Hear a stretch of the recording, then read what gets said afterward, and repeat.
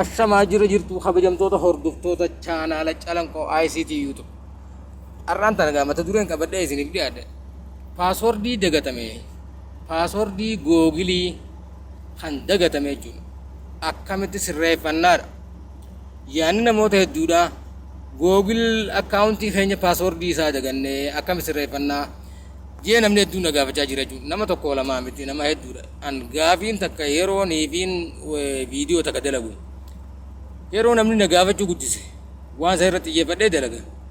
Fedhin naa xiyya qofaan utuu hin taane fedhin naa namaatiin dalagu jira jechuudha. Yuutuubii keessanii sabiskiraayib godha. Akka sagalee tana dhageeffateen viidiyoo kana dhageeffateen sabiskiraayibii irraa dhukkee irraa kaasee jechuudha. Hayyeegaa har'aan tana mata dureen keenya paaswordii daganne jechuudha. Googil akkaawuntii paaswordii daganne akkamitti sirreeffannaa jechuudha. Jalqaba irratti gara googilii seennaa jechuudha. Googil aappii googilii seennaa. Mataa gubbaarra piroofaayila isaa tuyxa. Piroofaayila mataa isaa gubbaa yeroo tuyxe akkana si as baasa. Googil akkaawunti kajaa'u walakkaa kana kan jiru tuyxa. Googil akkaawuntii hogguu tuyxe garam deemta personal information bakka jettu isa kana laal isa lammaffaarra jiru haa tuyxaa jechuudha. Gad deemta amma kanatti scroll up yeroo kana gad deemte password bakka jettu si fide. Password haja wanatti yeroo si fide gaa akkam goona. Ayyee kuno password haja'u kana ni tuyna.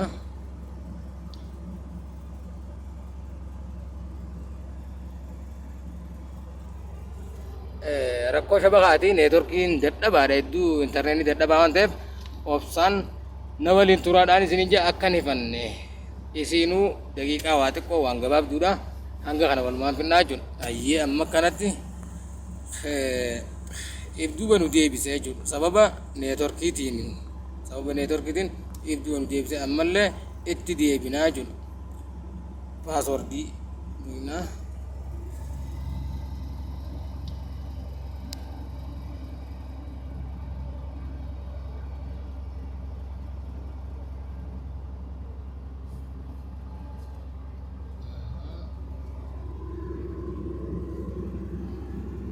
Hayyee akka nu as baasee jira gaa hordoftoota kiyya.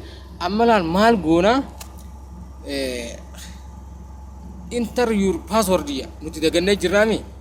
Kajalaa kanatti ilaal isa magariisa forgot password hayyoo kana tuyna forgot jennaan.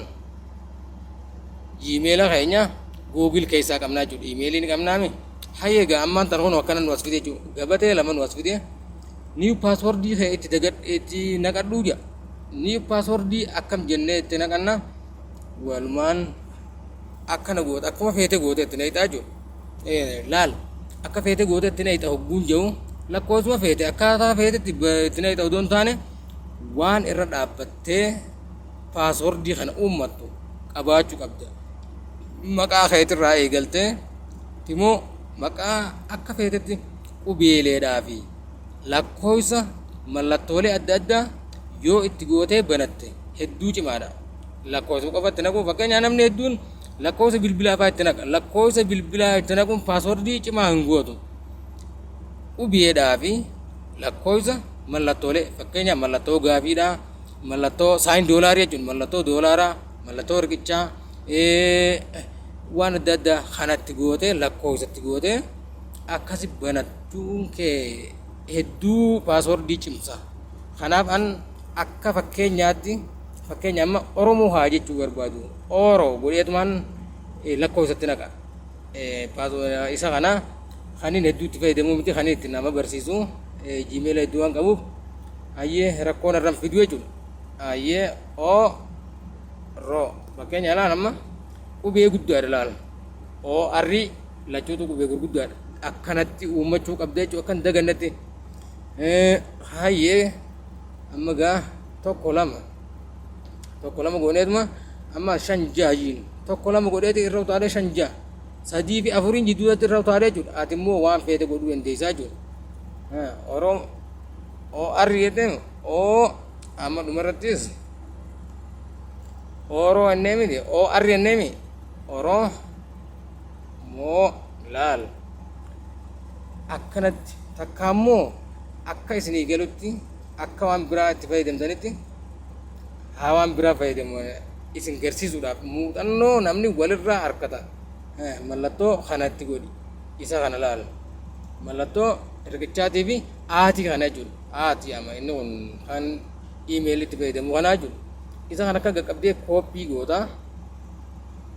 kooppii godhatteeti gadda bartaa maaliif boodaas waan gadiinatti nu gaafatu jechuudha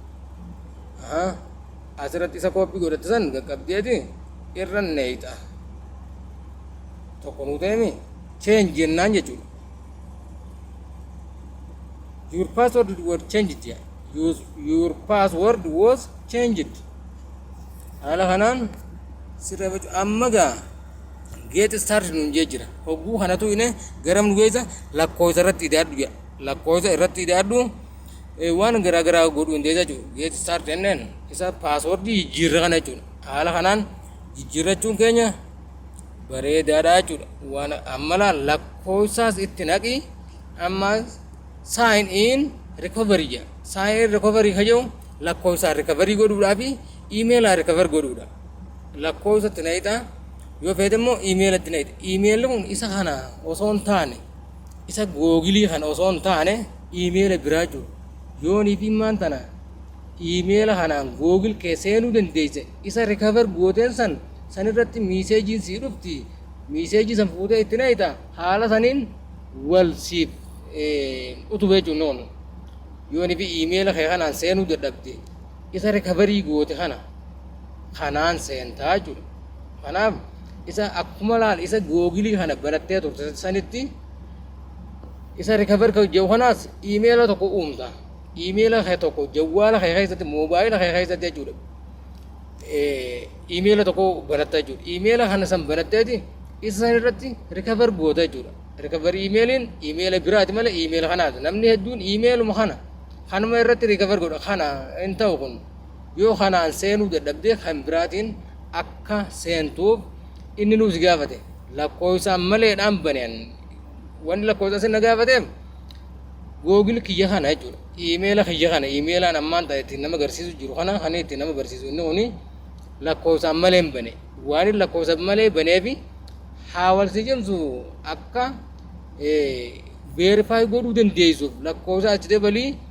akkamitti immaas recovery iimeelis itti dabalii naan jee kanaaf an akkanatti irraa duuba deebi'a haala kanaan paaswordii googil keetii yoo dagatte sirreeffachuu dandeessaa obboleetti kiyya na hordofaadhaa sirritti wanni kun waan si fayyadaatiin nama hin beekne barsiisuun dirqama sirratti anis narratti dirqama akka viidiyoo kan dhageeffattan sabiskiraayibiin ammoo mataa keetirraa waan na hordoftanii na waliin turtaniif galatoomaadhaa mata duree biraa qabadhee hagaa isinii dhiyaadhu nagayaan jiraadhaadhaa horaa bulaadhaa kun